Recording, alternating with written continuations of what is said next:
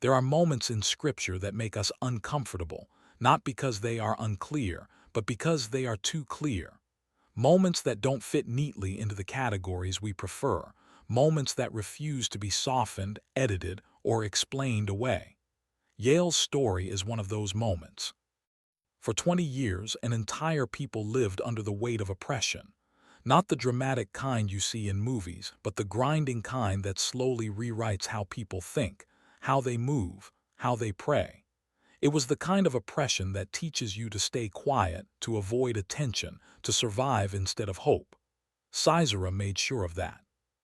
His power wasn't just in his weapons. It was in the fear he cultivated, the confidence that resistance was pointless, and that deliverance was a myth people used to comfort themselves at night. And while Deborah judged the nation and Barak led an army, Jael lived far from the spotlight. She was not consulted in military strategy. She was not named among Israel's leaders. She lived her life in a tent, faithful in obscurity, unseen by history, unnoticed by power. And yet, God had already positioned her for a moment she did not know was coming. When the battle turned and Sisera fled, he did not run toward strength. He ran toward what looked harmless. He ran toward familiarity. He ran toward a woman's tent, assuming that the same world that had always bent around him would bend one more time. And that assumption was his final mistake. Sisera entered Jael's space not as a conqueror, but as a man stripped of his illusions. The iron chariots were gone. The authority he wielded over thousands could not save him now.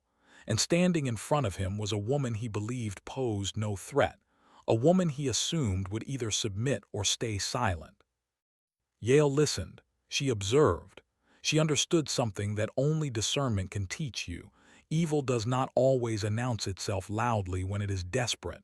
Sometimes it whispers. Sometimes it seeks rest. Sometimes it asks for refuge. She could have told herself that this was not her fight. She could have hidden behind the safety of neutrality, convinced herself that doing nothing was the same as doing no harm. But faith has a way of clarifying moments like this. Jael recognized that allowing oppression to rest in her tent was not mercy. It was participation. And so she acted, not in chaos, not in emotion, but with resolve. The Bible does not portray her as panicked or reckless. It presents her as deliberate. This was not an act of impulse, but of conviction. She understood that some moments carry eternal weight, that history shifts not when armies move, but when someone decides that evil will not pass through them unchallenged. When Deborah later sings of Jael, she does not hesitate. She does not apologize for her obedience. She calls her most blessed among women, because God does not measure blessing the way we do. Heaven does not confuse courage with cruelty, and it does not mistake passivity for peace. And then Scripture does something remarkable.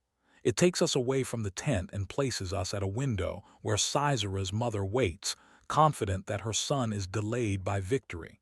She imagines plunder. She imagines women taken as trophies. She never imagines justice. Pride never does. That contrast is intentional. It shows us how blind power becomes when it believes it is untouchable. It also shows us how God delights in overturning expectations, in using what the world dismisses to accomplish what the world cannot stop. Jael's story forces us to confront an uncomfortable truth. Obedience is not always neat, and deliverance is not always gentle, but it is always righteous. God did not ask Jael to be famous. He asked her to be faithful. And when the moment came, her obedience ended a war that armies alone could not finish. This is not a story about violence. It is a story about responsibility, about what happens when someone understands that faith is not passive and that holiness is not neutrality. Jael teaches us that there are moments when silence is sin and hesitation is costly, and that God sometimes places history-changing decisions into the hands of people the world overlooks. She did not seek significance. She did not chase influence. She simply recognized the hour. And because she did, the terror ended. The people were freed, and her name was written into Scripture forever, not as a footnote, but as a reminder that God is not limited by gender, status, or expectation. He is only limited by willingness. Jael was willing, and the war was over.